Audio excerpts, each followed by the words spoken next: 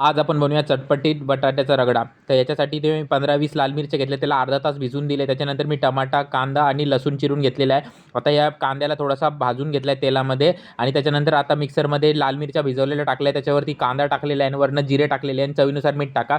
आपली चटणी रेडी आहे. साईडला परत टमाट्याची वेगळी पेस्ट करून घ्यायची आहे.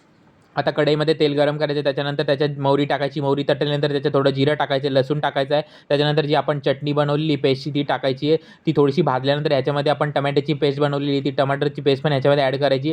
हे सगळं ॲड केल्यानंतर थोडंसं भाजून द्यायचं. त्याच्यानंतर त्याच्यात हिंग, हळद आणि मसाले टाकायचे सगळे जे तुम्ही घरी वापरता ते. त्याच्यानंतर थोडीशी साखर किंवा गूळ टाकू शकता. त्याच्यानंतर चवीनुसार मीठ टाकायचे, हलवून घ्यायचे.